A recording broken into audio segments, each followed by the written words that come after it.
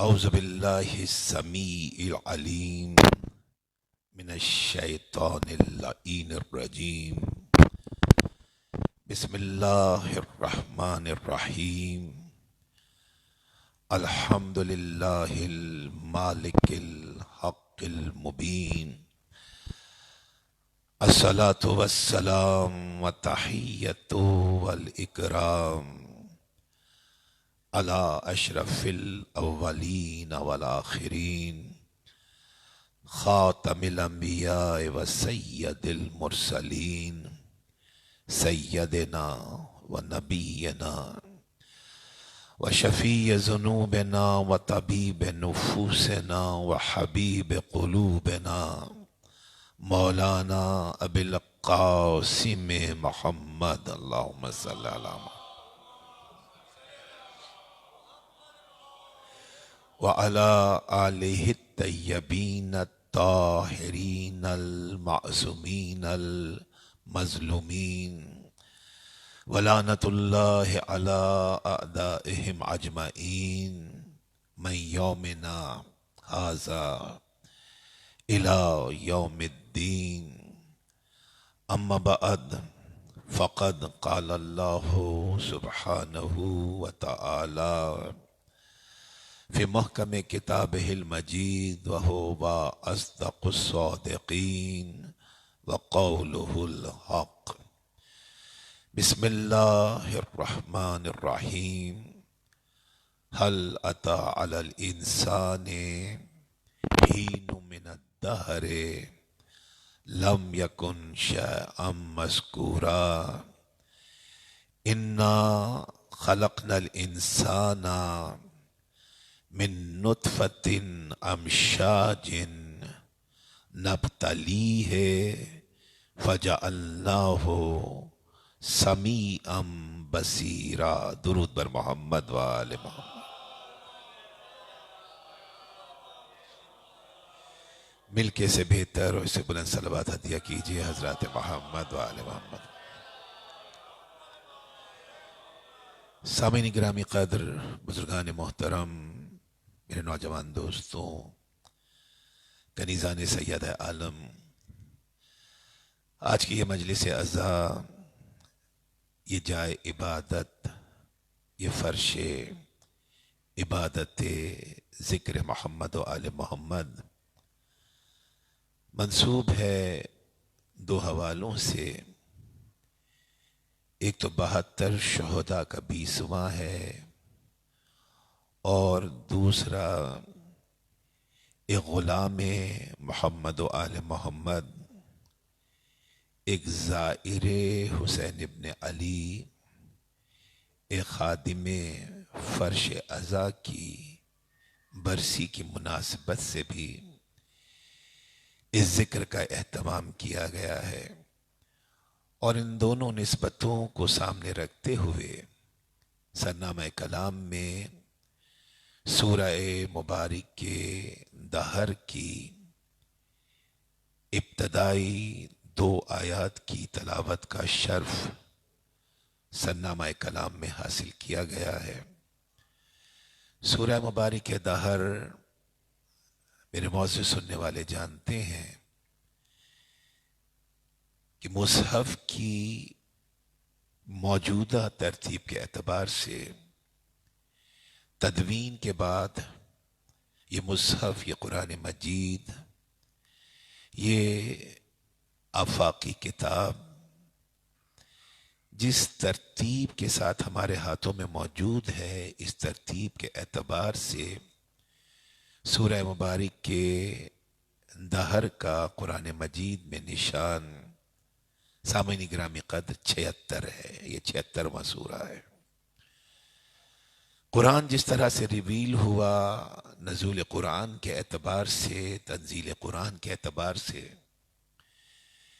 یہ سورہ مبارکہ مکی سورہ ہے، اور اس مکی سورہ کے اندر کل 31 آیات الہیہ ہیں۔ اس سورہ مبارکہ کو آپ 2 اور ناموں سے جانتے ہیں اور پہچانتے ہیں۔ سورہ دہر کو سورہ حل عطا بھی کہا جاتا ہے اور اسے سورہ انسان بھی کہتے ہیں۔ اس کی شان نزول بھی آپ کے اذہان عالیہ میں موجود ہے کہ در سیدہ سے 3 مسلسل دنوں میں 15 جو کی روٹیاں راہ خدا میں انفاق کی گئیں، تو یہ 15 روٹیاں راہ خدا میں انفاق کرنا تھا کہ رب ذوالجلال نے اس خانوادے کے قصیدے کے طور پر 31 آیات پر مشتمل یہ سورہ مبارکہ نازل فرمایا ہے۔ اس سورہ مبارکہ کی بہت سی فضیلتیں ہیں۔ ان میں سے ایک فضیلت، میں بہت زیادہ رکوں گا نہیں اس منزل پر، جس قلب مطہر پر یہ قرآن نازل ہوا، وہ میرا آقا، وہ میرا سرور و سردار، وہ رحمت العالمین احمد مجتبی محمد مصطفیٰ صلی اللہ علیہ وآلہ وسلم۔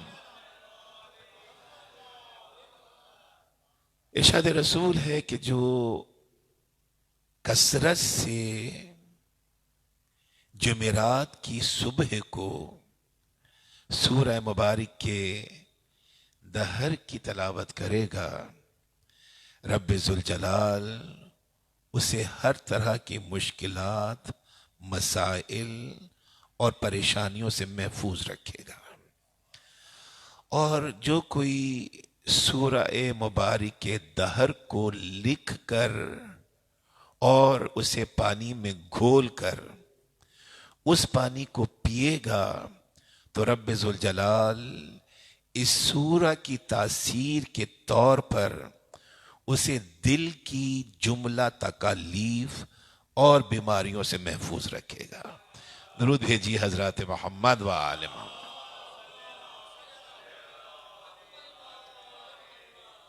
تو ارشاد رب العزت کیا ہے؟ پوری بشریت کو رب ذوالجلال نے مخاطب کیا۔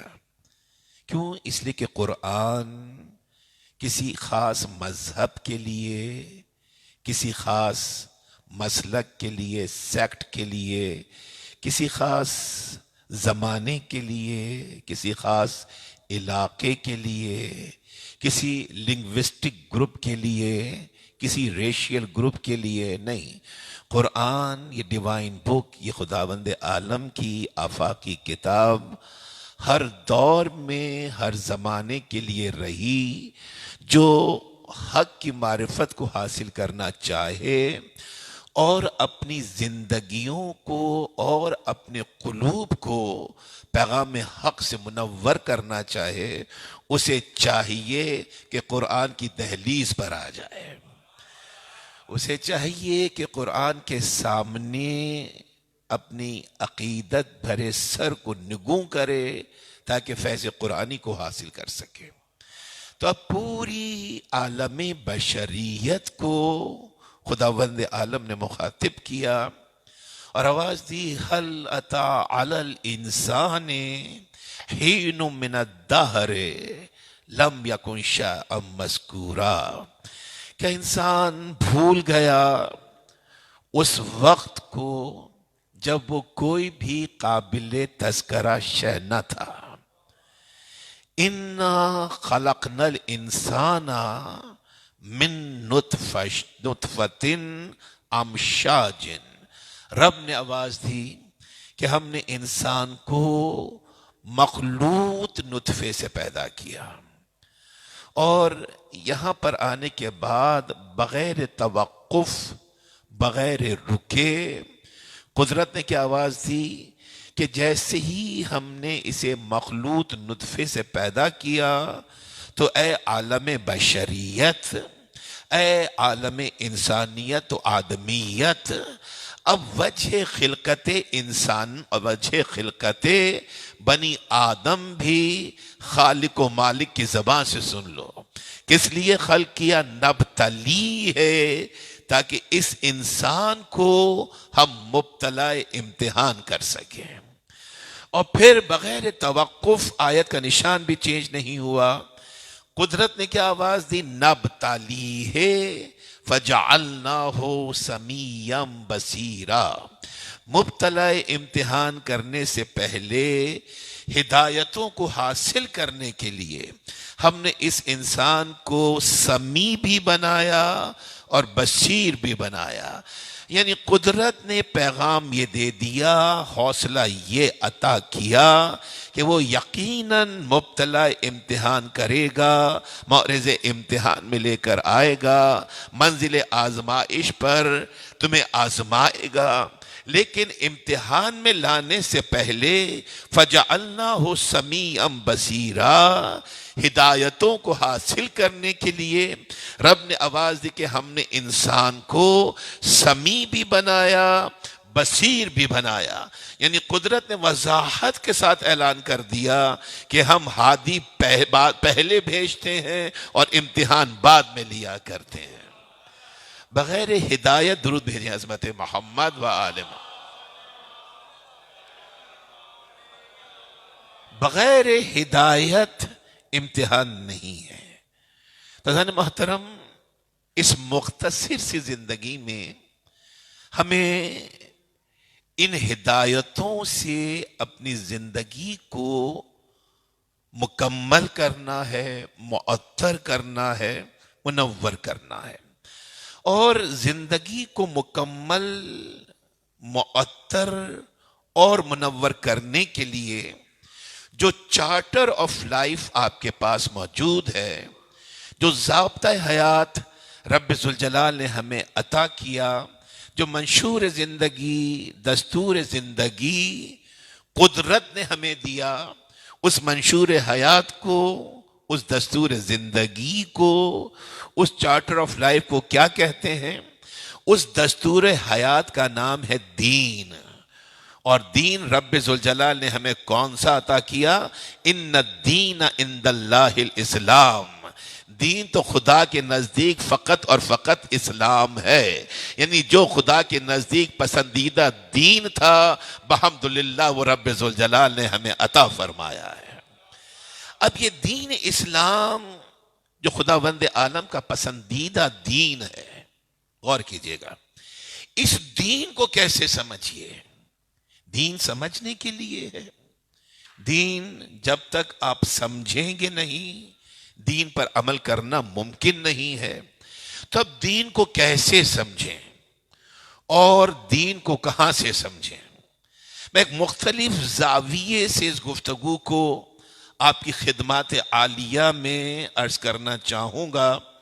اور بہت اچھا رہا کہ ابتداء مجلس پر بھائی سے میری بات ہوئی اور انہوں نے وہ واقعہ بھی مجھے سنایا کہ جب مرحوم طاہر سجاد صاحب حج کی سعادت حاصل کر چکے، مقامات مقدسہ عراق اور ایران کی زیارت کا شرف حاصل ہو چکا، لیکن سیریا کی زیارات نہیں ہوئی تھیں، شام کی زیارات نہیں ہوئی تھیں۔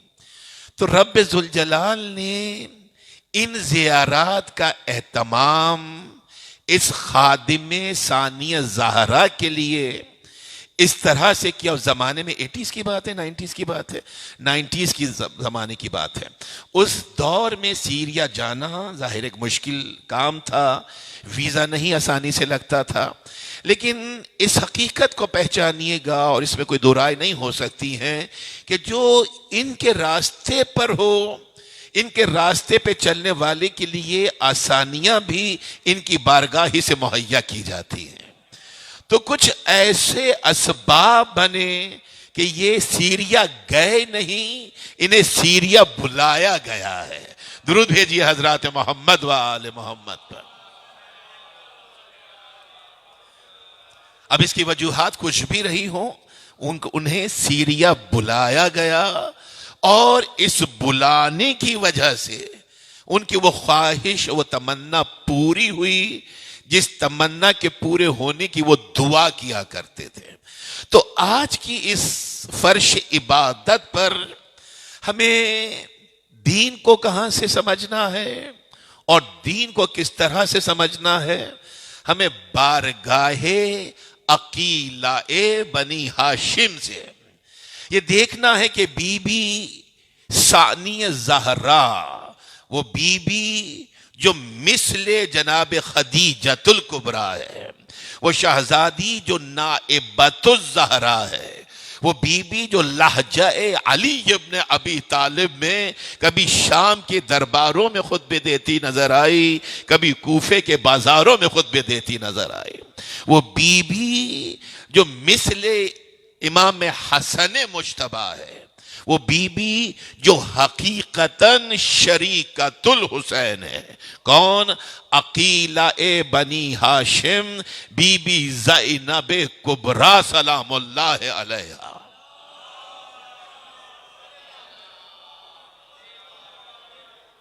دیکھیے بی بی کے متعلق عرفا نے متفقہ طور پہ ایک جملہ تحریر کیا ہے، غور کیجئے گا۔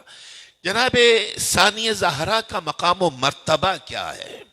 بی بی جو نائبۃ الزہرا ہے، ثانیہ زہرا ہے نا، یہ ثانیہ زہرا، یہ نائبۃ الزہرا، یہ مثل علی ابن ابی طالب جوہر خطابت کی حامل میری شہزادی عقیلہ بنی ہاشم جو شریکت الحسین اس طرح سے ہے کہ اگر بی بی بعد کربلا پیغام کربلا کو لے کے آگے نہ بڑھتی تو مشن حسین ابن علی مکمل نہ ہو پاتا۔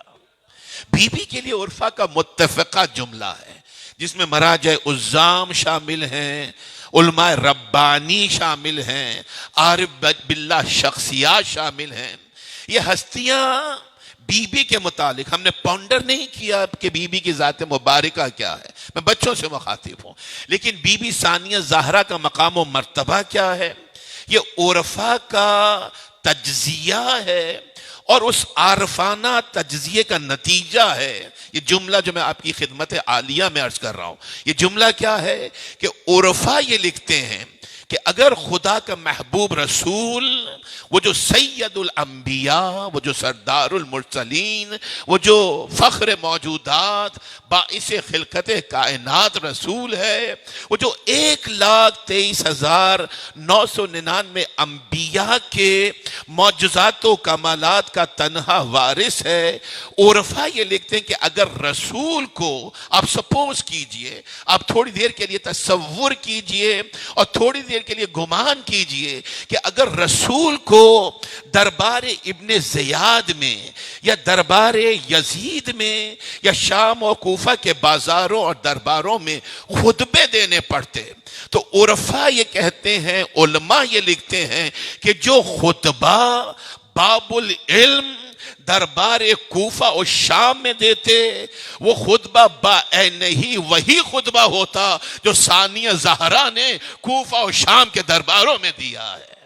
کیا شان ہے! درود بھیجیں عظمت جناب شہزادی ثانیہ زہرا۔ دیکھیے بی بی کی شان میں اس سے بڑا جملہ نہیں ہو سکتا۔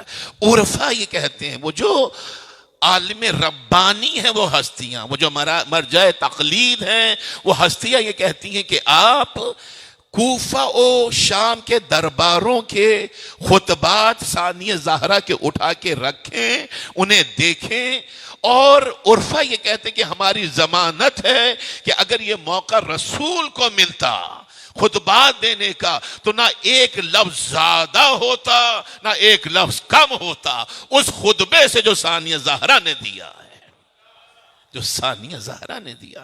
کیا مقام ہے، کیا رتبہ ہے ثانیہ زہرا کا۔ ایک ایجپشن رائٹر ہیں جن کا نام ہے عائشہ عبد الرحمن، یہ اہل تسنن سے ہیں اور غالباً ابھی حیات بھی ہیں۔ یہ ایجپشن رائٹر انہیں ماڈرن ایج کی پہلی مفسرہ قرآن کہا جاتا ہے۔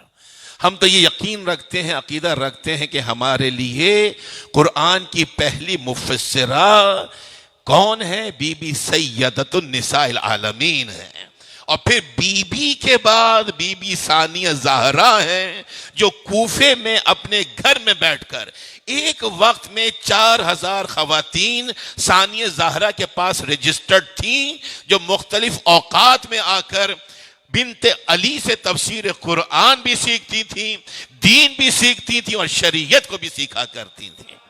یہ بی بی کا مقام و مرتبہ ہے، اور کتنی خاموشی سے، مائی سسٹرز، مائی ڈاٹرز، کتنی خاموشی سے اس عقیلہ بنی ہاشم نے، اس بنت علی نے، اس نائبۃ الزہرا نے، اس مثل خدیجہ نے کتنی خاموشی سے اپنی یہ ذمہ داری پوری کی کہ جب بعد شہادت امیر کائنات یہ گھر، یہ کنبہ، یہ بیت الشرف کے رہنے والے کوفے سے مدینے جانے لگے اور بیبیاں سواری پہ بیٹھیں، تو سالوں سے امیر کائنات کے پڑوس میں رہنے والا یہودی ایک جملہ کہتا ہے کہ کیا علی کے گھر میں خواتین بھی رہا کرتی تھیں؟ مجھے تو پتہ ہی نہیں چلا۔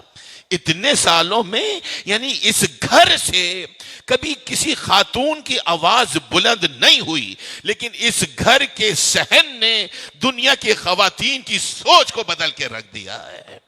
اس طرح سے تربیت کا حق ادا کیا۔ تو اب بی بی کے متعلق جناب عائشہ عبد الرحمن، جن کا جو معروف نام ہے، جس نام سے یہ لکھتی ہیں، بنت اشتی ہے ان کا نام۔ پورا نام کیا ہوا؟ عائشہ عبد الرحمن بنت اشتی۔ آپ گوگل سرچ میں بھی جائیں گے تو آپ کو ان کے متعلق تمام لائف اسکیچ، ان کی کتابیں، ان کی دیگر خدمات آپ کو مل جائیں گی۔ ان کی کتاب ہے بطلۃ الکربلا، جو دار الاندلس بیروت سے شائع ہوئی۔ بطلۃ الکربلا زینب بنت زہرا کتاب کا نام ہے۔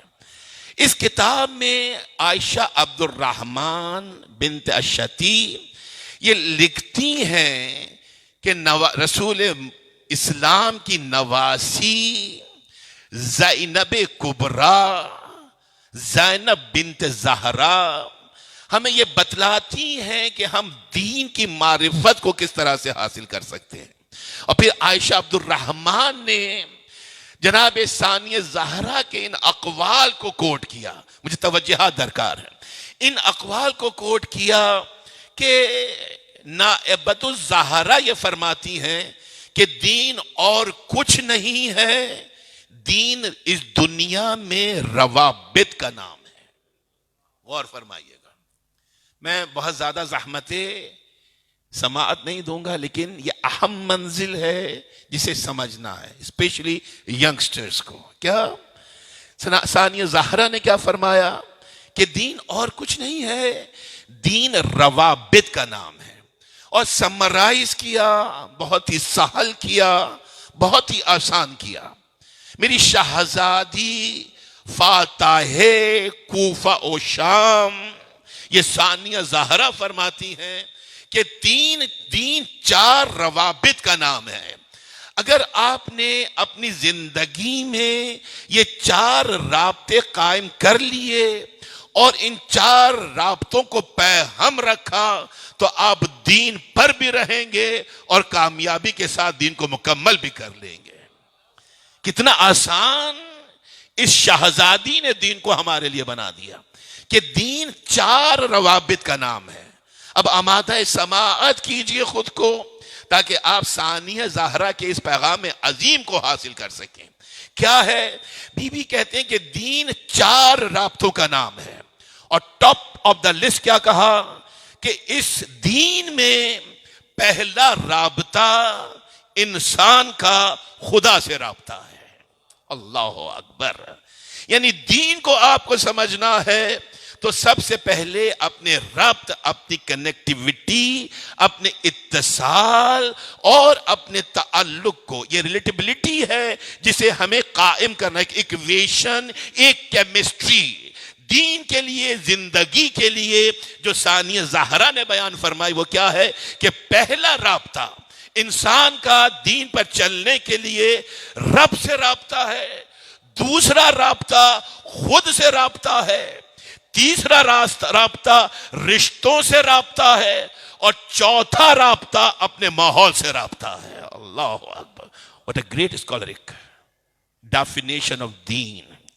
اس سے بڑھ کر کوئی عالمانہ گفتگو ہو ہی نہیں سکتی ہے۔ یہ گفتگو کون کر رہا ہے؟ وہ جس نے علم مدینۃ العلم سے لیا، باب العلم سے لیا ہے، وہ جس نے علم اپنی ماں عالمہ غیر معلمہ سے لیا ہے، وہ جس نے علم جنت کے جوانوں کے سرداروں سے لیا ہے۔ اگر وہ یہ گفتگو نہیں کرے گی تو اور کون یہ گفتگو کرے گا؟ ان چار رابطوں کو سمجھیے، اور ظاہر دامن وقت قلیل ہے، اس لیے میں ہر رابطے پہ نہیں رک سکتا، فقط پہلے رابطے پر اگر میں سمجھا سکا کہ یہ پہلا رابطہ کیا ہے۔ ایصال ثواب کی مجلس ہے تو بہت ہی ریلیونٹ رکھیں گے، اور پھر تکرار عرض کروں تاکہ گفتگو ہر ذہن تک پہنچے، ہر بچے تک پہنچے، ہر بیٹی تک پہنچے۔ کیا ہے چار روابط جو دین پر ہمیں مکمل کرتے ہیں یا دین کی شناس ہمیں کرواتے ہیں؟ پہلا، انسان کا رب سے رابطہ، پھر انسان کا خود سے رابطہ، اور اس جملے کو یاد رکھیے گا کہ جس نے خود کو پہچان لیا اس نے خدا کو پہچان لیا۔ یہ خود شناسی خدا شناسی کی منزل تک لے جاتی ہے، اور یہ خود فراموشی خدا فراموشی کی منزل تک لے جاتی ہے۔ تو خود کو پہچانیے تو رب خود بخود شناسائی میں آ جائے گا۔ تو بیوی فرماتی کہ رب سے رابطہ، خود سے رابطہ، اپنے رشتوں سے رابطہ، پیرنٹ سے رابطہ۔ ابھی تفصیلی گفتگو ہوئی تھی ہماری پیرنٹس کے حوالے سے۔ پیرنٹ سے رابطہ، سبلنگز اپنے بہن بھائیوں سے رابطہ، اپنے دوست احباب، اپنے ساتھ زندگی گزارنے والے لوگوں سے رابطہ، اپنے پڑوس سے، اپنے ہمسایوں سے، اپنے کولیگ سے، اپنے ساتھ تعلیم حاصل کرنے والے دیگر افراد سے رابطہ۔ بی بی کہتے ہیں جب تک تم اس رابطے کو قائم نہ کرو گے اور جب تک اس رابطے کے تقاضوں کو پورا نہیں کرو گے تمہارا دین مکمل نہیں ہو سکتا ہے، تمہارا دین مکمل نہیں ہو سکتا ہے۔ And the third last but not the least, وہ کیا ہے؟ بی بی کہتے ہیں ماحول سے، نیچر سے، اپنی ایمبینس، اپنی سراؤنڈنگ، اپنے اطراف سے رابطہ۔ کتنا اہم ہے یہ رابطہ۔ اس رابطے میں دین آپ کو ایک سے چھوٹی مائنر ڈیٹیل کی طرف راغب کرتا ہے۔ دین یہاں تک آپ کو گائیڈ کرتا ہے، جو بی بی نے کہا وہ دین نے کیسے سمجھایا کہ سنو، کبھی بھول کر بھی، کبھی کسی بھی کیفیت میں اس زمین پر پاؤں پٹک پٹک کے نہ چلنا۔ کیوں؟ اس لیے کہ اس دھرتی کا بھی ایک دل ہے، اس کا بھی ایک دل ہے۔ جب اپنی کیفیت سے مجبور ہو کر تم پٹک پٹک کے پاؤں زمین پر چلتے ہو تو دھرتی کا دل مجروح ہوتا ہے اور تمہارا ماحول سے رابطہ منقطع ہو جایا کرتا ہے۔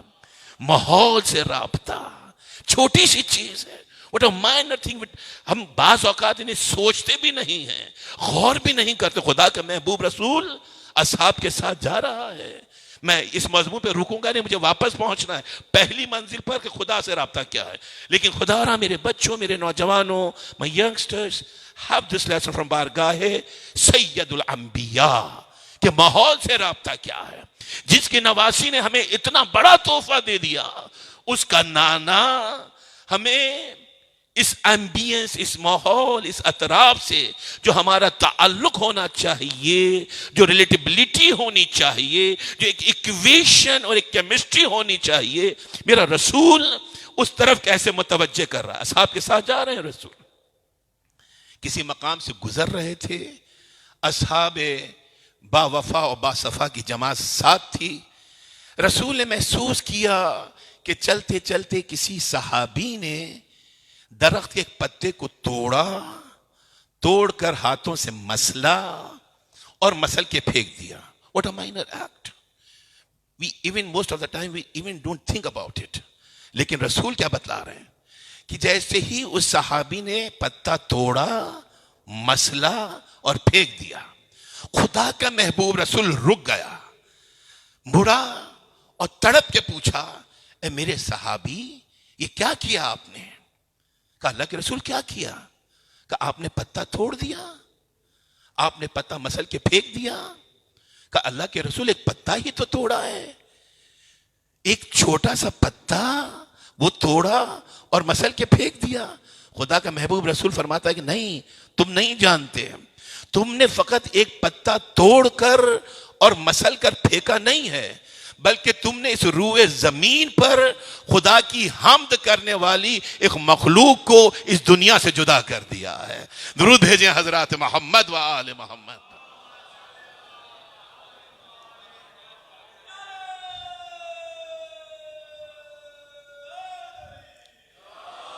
مجھے بتلائیے کہ جو رسول، جو دین، جو شریعت ایک پتے کا اتنا احترام سکھلا رہا ہو، اس نے انسان اور انسانیت اور آدمیت کا احترام کس طرح سے بتلایا ہوگا؟ انشاءاللہ کبھی تفصیل کے ساتھ بیان کریں گے۔ پہلا رابطہ کیا ہے؟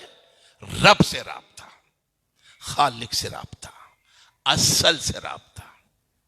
وہ جو مدعا ہے، وہ جو مطلوب ہے، وہ جو معشوق ہے، وہ جو محبوب ہے، وہ جو الٹیمیٹ گول ہے، وہ جس کی بارگاہ فائنل ڈیسٹینیشن ہے، اس سے رابطہ۔ اب اس سے رابطہ کیسے ممکن ہے؟ یہ رابطہ ہو ہی نہیں سکتا جب تک کہ اس کی ذات کی معرفت کو حاصل نہ کریں۔ تو رابطہ مشروط ہے کہ آپ معرفت کو حاصل کریں۔ جب تک معرفت ذات توحید نہیں ہوگی، رابطہ بالتوحید ممکن ہی نہیں ہے۔ تو اب کیسے درود بھیجیں عظمت محمد و آل محمد؟ کیسے رابطے کو قائم کریں؟ کیسے معرفت کو حاصل کریں؟ اب یہاں پہ دعا صبا کا ایک جملہ ہے۔ امیر کائنات فرماتے ہیں کارخانہ ہستی کا مرد نامتناہی میرا مولا علی ابن ابی طالب۔ جملہ سنیے گا، یا من دل علی ذاتہ بے ذاتہ، اے وہ جو اپنی ذات کے لیے خود دلیل بن گیا ہے۔ غور کیجئے، کیا توحید کی خوبصورتیوں میں ڈوبا ہوا جملہ ہے۔ یا من دل علی ذاتہ بے ذاتہ، اے وہ ذات جو خود اپنی ذات کے لیے دلیل بن گئی۔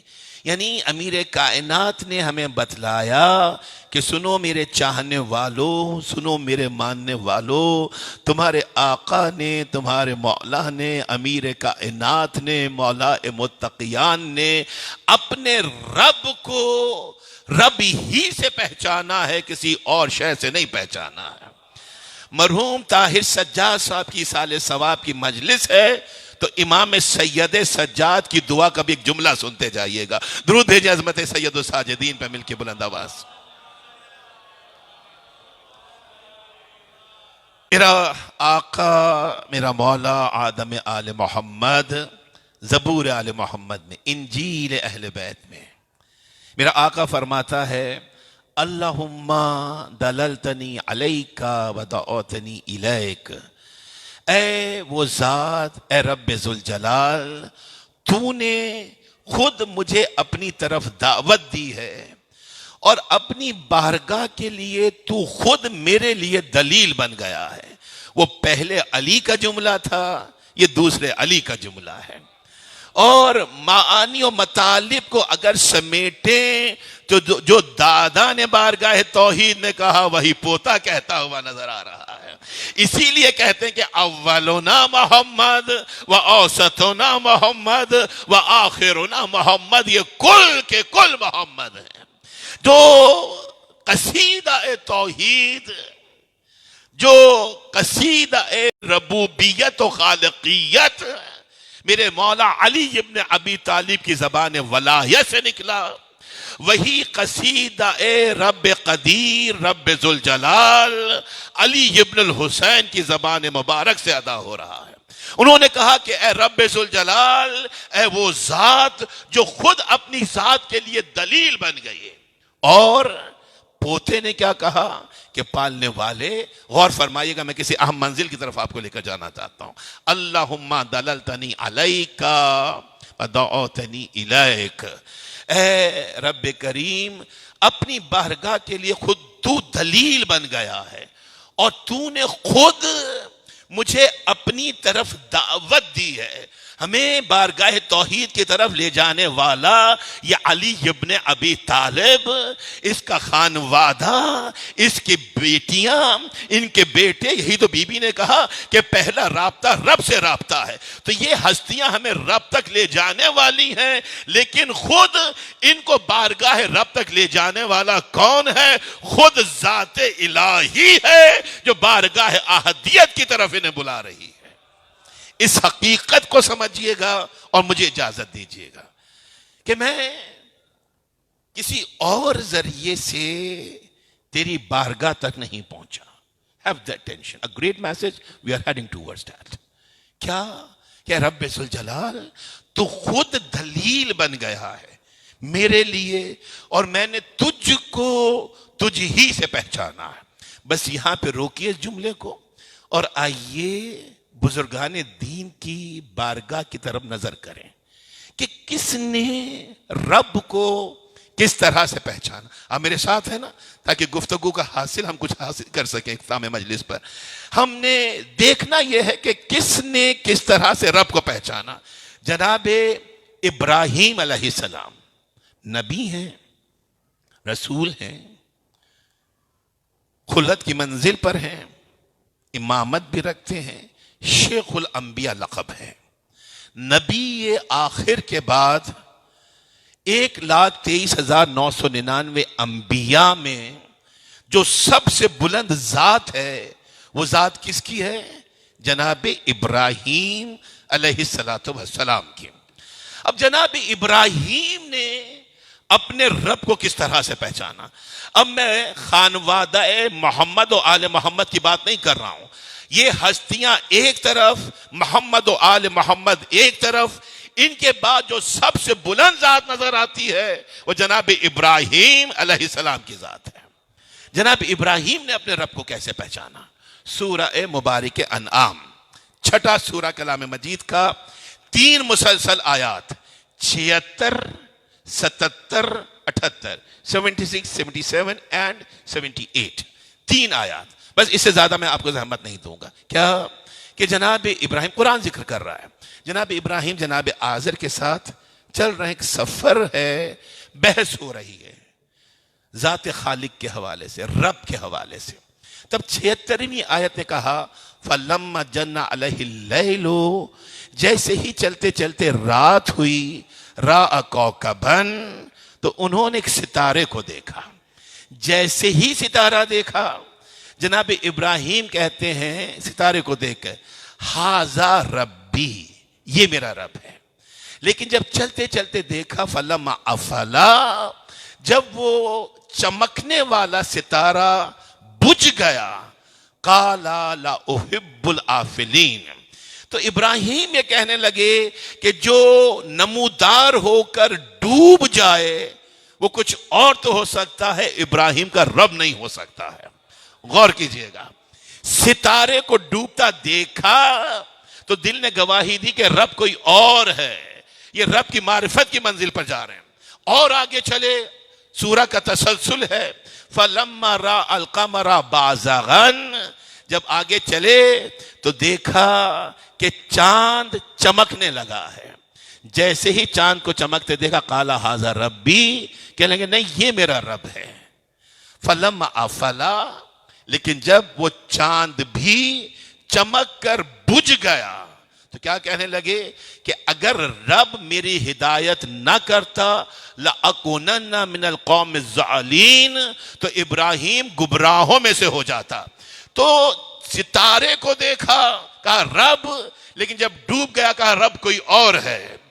چاند کو دیکھا، کہا رب، لیکن جب چھپ گیا تو کہا رب کوئی اور ہے. اور آگے چلے، دن نکل آیا، فَلَمَّا رَأَ الشَّمْسَ بَازِغَةً، بس اب نتیجہ مجھے دینا ہے. فَلَمَّا رَأَ الشَّمْسَ بَازِغَةً، جب چلتے چلتے صبح کی سفیدی نمودار ہونے لگی اور سورج چمکنے لگا، قالا ھذا ربی ھذا اکبرو، تو کہنے لگے کہ یہ سب سے بڑا ہے، یہ میرا رب ہے۔ لیکن جب کچھ ٹائم کے بعد وہ سورج بھی چھپ گیا تو کیا کہنے لگے؟ قالا یا قوم انی بری مما تشرکون، اے قوم میں تمہارے شرک سے منزہ و مبرہ ہوں۔ تو قرآن کا فیصلہ کیا ہے کہ جناب ابراہیم نے ستارے کو دیکھا اور رب کو پہچانا، چاند کو دیکھا اور رب کو پہچانا، سورج کو دیکھا اور رب کو پہچانا کہ نہیں، یہ رب نہیں ہو سکتے، رب کوئی اور ہے۔ تو انہیں دیکھتے رہے اور رب کو پہچانتے رہے۔ لیکن فخر ابراہیم یہ ہستیاں نہ ستارے کو دیکھ کے رب کو پہچانتی ہیں، نہ سورج کو دیکھ کے رب کو پہچانتی ہیں، نہ چاند کو دیکھ کے رب کو پہچانتی ہیں۔ میں عرض کروں، نتیجہ دوں کہ غلط ابراہیم بھی نہیں تھے، اور ان ہستیوں کے مقام و مرتبے کو سمجھیے، انہوں نے چاند، ستارے اور سورج سے اپنے رب کو نہیں پہچانا، ابراہیم نے چاند، سورج اور ستارے سے رب کو پہچانا۔ کیوں؟ اس لیے کہ جب ابراہیم کو خلق کیا تو ستارہ بھی موجود تھا، جب ابراہیم کو خلق کیا تو چاند بھی موجود تھا، جب ابراہیم کو خلق کیا تو سورج بھی موجود تھا۔ لیکن جب ان ہستیوں کو بنایا، نہ چاند تھا، نہ سورج تھا، نہ ستارہ تھا، ذات رب تھی اور محمد و آل محمد تھے۔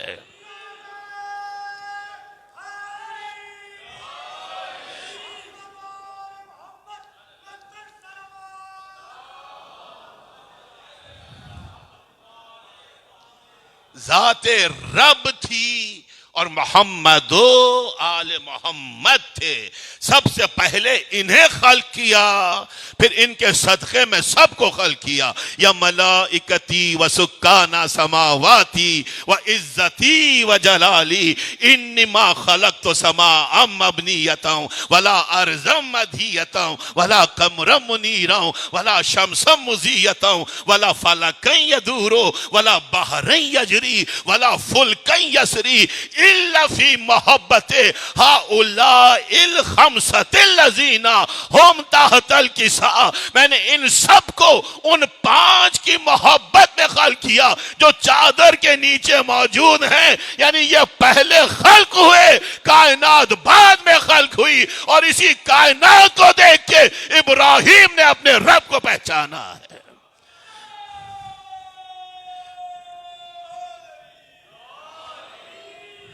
اسی کائنات کو دیکھ کے ابراہیم نے اپنے رب کو پہچانا۔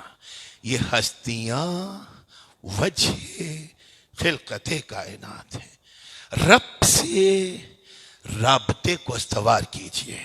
اب بارگاہ سجادیہ میں موجود ہیں، ایک غلام سید سجاد کی ایصال ثواب کی مجلس ہے، وہ جس نے اس بارگاہ کی خدمت میں 2.5 ڈیکیڈ سے زیادہ، 2.5 دہائیوں سے زیادہ کا عرصہ اس فرش عزا کی خدمت میں، اس بارگاہ کی خدمت میں گزارا۔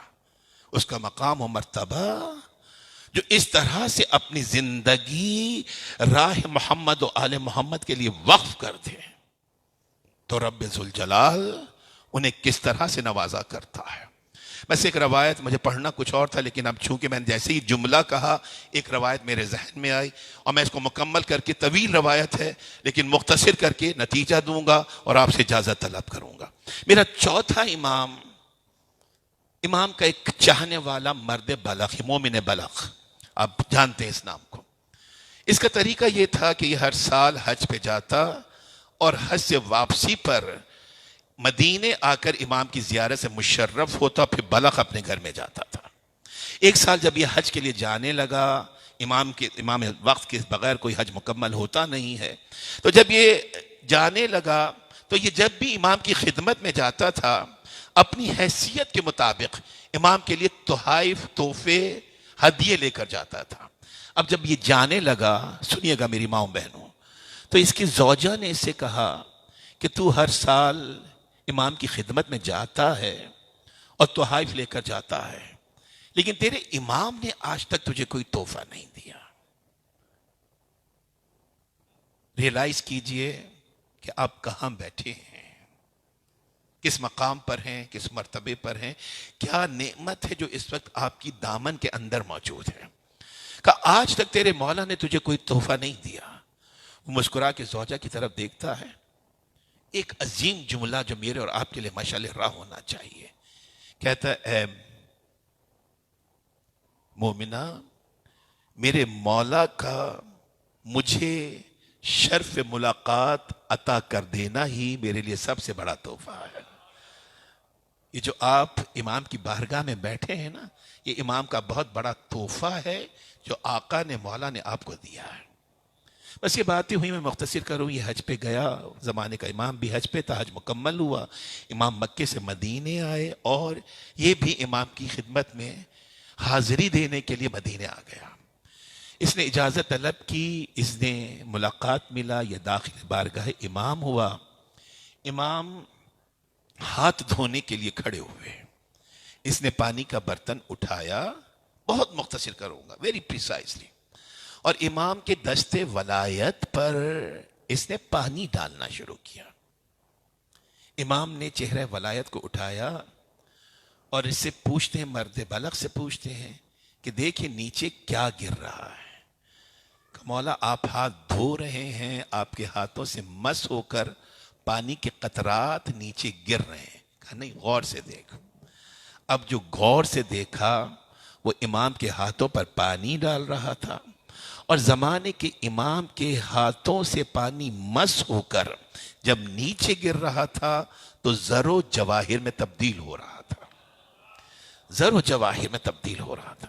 امام نے اس کی طرف دیکھا اور امام فرماتے ہیں کہ سمیٹ لے، اٹھا لے، جتنا اٹھانا چاہتا ہے۔ یہ گھبرا گیا، کہا مولا میں نے آج تک آپ سے مال دنیا کی تمنا نہیں کی تھی، اب پیغام لیجئے گا۔ My youngsters, my sisters, my daughters, my sons, what is the message? Conceive کیجئے۔ کہ مولا میں نے آج تک آپ سے تمنا نہیں کی مال دولت کی۔ میرا مولا مسکرا کے کہتا ہے تو نہیں چاہتا لیکن تیری زوجہ تو چاہتی ہے۔ اللہ اکبر۔ گفتگو بلخ میں کی گئی، امام نے مدینے میں سنی، اور دنیا کو یہ پیغام مل گیا کہ زمانے کا امام تقادیر کائنات پر حق کے اختیار رکھنے والا ہے۔ وہ اپنے متی کی، اپنے چاہنے والے کی روز و شب سے واقف ہے۔ کہ تیری زوجہ تو چاہتی ہے۔ اچھا، اب عطا امام کو ریفیوز نہیں کرنا چاہیے۔ اس نے سمیٹا، مختصر پہنچا، زوجہ کے پاس گیا، کہا یہ میرے مولا نے تیرے لیے بھیجا ہے، جو تو چاہتی تھی وہ تجھے مل گیا۔ زوجہ کہتی ہے اچھا تیرا آقا، تیرا مولا فاصلوں سے بھی باتیں سن لیتا ہے؟ کہتا ہاں، حجت الہی ہے، وارث زمانہ ہے۔ کہتی اچھا اگلے سال تو حج کے لیے جائے گا تو میں بھی تیرے ساتھ چلوں گی۔ اگلا سال آیا، یہ حج کے لیے جانے لگا، زوجہ بھی ساتھ چلی، حج مکمل ہوا، امام مکے سے مدینے پہنچے۔ یہ دونوں زن و شوہر بھی مدینے کی طرف روانہ ہوئے۔ ابھی مدینے میں داخل ہونا چاہتے تھے کہ یہ خاتون بیمار پڑی اور صبح ہوتے ہوتے اس دنیا سے رخصت ہو گئے۔ اس نے زوجہ کی میت کو چھوڑا کہ پہلے میں امام سے ملاقات کر لوں، سلام کروں، مجرا بجا لاؤں، اور پھر آ کر کفن و دفن کا انتظام کروں گا۔ یہ پہنچا امام کی خدمت میں، قدم بوسی کی، دست بوسی کی، اور امام سے ایک جملہ کہتا ہے مولا میری زوجہ بھی آنا چاہتی تھی لیکن زندگی نے وفا نہیں کی، اس کا انتقال ہو گیا۔ امام نے زبان ولایت سے ایک جملہ کہا کہ جا، پلٹ جا، تیری زوجہ تیرا انتظار کر رہی ہے۔ کیا ہے امام کی معرفت؟ جا، پلٹ جا، تیری زوجہ تیرا انتظار کر رہی ہے۔ یہ نہیں کہتا کہ میری زوجہ تو مر چکی ہے، مردہ تو انتظار نہیں کرتا۔ یہ جانتا ہے کہ جو زمانے کے امام کی زبان مبارک سے نکل جاتا ہے وہی کائنات کی تقدیر بن جایا کرتا ہے۔ بس اب دامن کو پھیلا سکتے ہیں تو دامن کو پھیلائیے۔ دست سوال کو دراز کر سکتے ہیں تو دست سوال کو دراز کیجئے. مجھے اجازت دیجئے ایک عظیم پیغام کے ساتھ.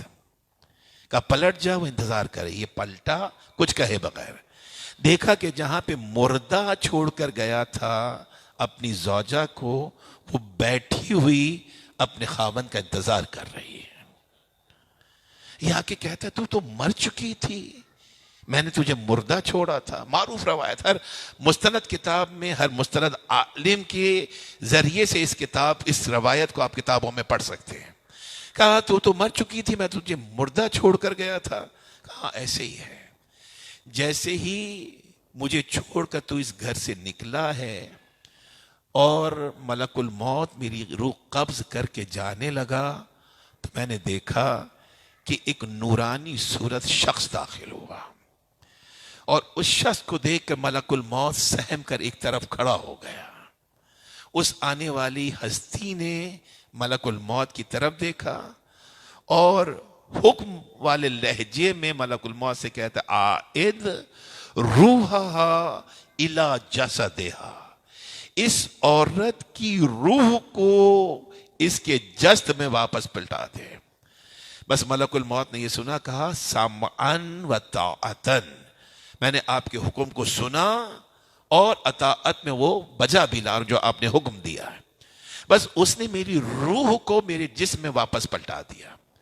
اب یہ مرد بلخی اپنی زوجہ سے پوچھتا ہے اگر تو اس نورانی صورت ہستی کو دیکھے گی تو کیا پہچان لے گی؟ یہ کہتی کیوں نہیں پہچانو گی، میرا محسن ہے، اس نے مجھے حیات نو دی ہے، نئی زندگی عطا کی ہے، کیوں نہیں پہچانوں گی؟ بس اس نے زوجہ کا ہاتھ پکڑا، یہ تو صاحب معرفت تھا. اس نے زوجہ کا ہاتھ پکڑا، تیزی سے بارگاہ امام تک پہنچا، اس نے ملاقات چاہا، اس نے ملاقات ملا، اور یہ جیسے ہی امام کی بارگاہ میں داخل ہوا، اس کی زوجہ نے مسند امامت پر فرزند حسین کو دیکھا. روایت کہتی کہ فوراً اس زوجہ نے اپنے شوہر سے ہاتھ چھڑایا، تیزی سے بھاگتی ہوئی مسند امامت پر بیٹھے ہوئے آقا اپنے مولا امام زین العابدین کے نزدیک پہنچی، امام کے قدموں کو چوما، پلٹ کے اپنے شوہر کی طرف دیکھا اور رو کے ایک جملہ کہا واللہ ھذا ھوا، خدا کی قسم یہی تو ہے جس نے مجھے حیات نو عطا کی ہے، جس نے مجھے زندگی عطا کی. اجرکم علی اللہ، اجرکم علی الزہرا. کیا حق اختیار ہے تقدیر کائنات پر، لیکن رب سے کیا ہوا وعدہ کہ ہاتھوں میں ہتھکڑیاں باندھ دی گئیں لیکن حق کے اختیار کو استعمال نہیں کیا. پاؤں میں بیڑیاں ہیں عزادارو، لنگرے گراں ہیں عزادارو، خاردار توق ہے عزادارو، لیکن مولا میرا آقا کہیں پہ بھی حق اختیار کو استعمال نہیں کرتا ہے. عزادارو 11 محرم کا دن آیا، یہ لٹا ہوا قافلہ چلا، آگے آگے شہداء کے سر ہے، سب سے آگے جو نیزہ ہے اس نیزے پر سر مظلوم کربلا ہے عزادارو، اور پیچھے پیچھے لٹا ہوا قافلہ ہے. مناقب کی روایت ہے کہ جیسے ہی یہ قافلہ کوفے کے نزدیک پہنچا تو آگے آگے جو نیزہ تھا جس پہ سر مظلوم کربلا تھا عزادارو، وہ ایک مرتبہ خولی کے ہاتھ سے چھٹا اور ریگے گرم پہ گڑ کے رہ گیا. خولی نے لاکھ چاہا کہ اس نیزے کو آگے بڑھائے، لیکن جب نیزہ اپنی جگہ سے جنبش نہیں کرتا ہے تو ایک مرتبہ خولی چلا، شمر ملعون کے پاس پہنچا، پورا واقعہ بیان کیا عزادارو شمر لئی نے واقعہ سنا، ایک مرتبہ تازیانہ اٹھایا، میرے سید الساجدین امام کے نزدیک پہنچا، پشت اقدس کو فگار کرنا شروع کیا، کہا علی ابن الحسین بابا سے کہیے آگے بڑھیں، بابا کے سر سے کہیے کہ آگے حرکت کریں۔ عزادارو مناقب کی روایت کہتی ہے ایک مرتبہ میرے صابر امام نے ہتھکڑیوں بیڑیوں کو سنبھالا، لنگر گراں کو سنبھالا، خاردار توق کو سنبھالا، بابا کے سر کے نزدیک پہنچ کر 24 برس کا جوان بیٹا عزادارو فقط ایک جملہ کہتا ہے، بابا میری پشت تازیانوں سے فگار ہے بابا، ارے بابا یہ لئی مجھے اذیت دیتے ہیں بابا، بابا سواری کو آگے بڑھائیے نہیں تو یہ لئی مجھے تازیانے ماریں گے۔ عزادارو بس اتنا کہنا تھا، روایت کہتی ہے با اجاز امامت سر مظلوم کربلا سے آواز آئی، میری جان سید سجاد، میرے لال سید سجاد، میں کیسے آگے بڑھوں؟ ارے میرے سینے پہ سونے والی سکینہ پشت چناقہ سے گر گئی ہے، سکینہ قافلے میں نہیں ہے سید سجاد، جب تک سکینہ نہ ہوگی بابا آگے نہ بڑھے گا۔ عزادارو سر مظلوم کربلا سے جیسے ہی یہ آواز بلند ہوئی، ثانیہ زہرا کا ناکہ نزدیک تھا، ایک مرتبہ بھائی کی آواز سنی، شہزادی نے خود کو ناکے سے گرایا، علی کی شیر دل بیٹی نے رات کی تاریکی میں یتیمہ حسین کو تلاش کرنا شروع کیا، میری جان سکینہ، بابا کے سینے پہ سونے والی سکینہ، ارے ہمیں بابا سے شرمندہ نہ کرنا، تمہیں حسین نے ہمارے حوالے کیا تھا، ہمیں آواز دو سکینہ۔ عزادارو یہ کہتے ہوئے آگے بڑھی، دیکھا دور ویرانے میں ایک نقاب پوش بی بی ہے، زانو پر یتیمہ کو لٹایا ہوا تھپک تھپک کے سلا رہی ہے، گھبرائی ہوئی میری شہزادی، تماچے کھائی ہوئی یتیمہ حسین اس بی بی کے زانو پر آرام سے محو استراحت ہے۔ عزادارو یہ تہذیب اہل بیت ہے کہ ثانیہ زہرا نے بڑھ کر بھتیجی کو گود میں نہیں لیا بلکہ دو زانو ہو کر بیٹھ گئی، اس بی بی سے گفتگو کرنا شروع کی، کہا اے بی بی اس عالم غربت میں جب کوئی ہمیں سلام نہیں کرتا، تو نے میری یتیمہ بھتیجی کو، میری گھبرائی ہوئی سکینہ کو اپنی گود میں جگا دی، اگر آج زینب کوفے کی شہزادی ہوتی تو تیرے احسان کا بدلہ چکاتی۔ بس اتنا سنا، ایک مرتبہ آنے والی نے اپنے چہرے سے نقاب کو الٹا، کہا کہاں کا احسان زینب، ارے پہچان میں تیری ماں فاطمہ زہرا، آگے بڑھ کر ماں سے لپٹ گئی، اماں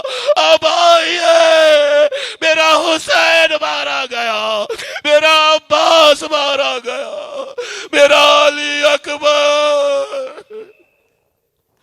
الا لعنت اللہ علی القوم الظالمین وسيعلم الذين ظلموا أي منقلب ينقلبون۔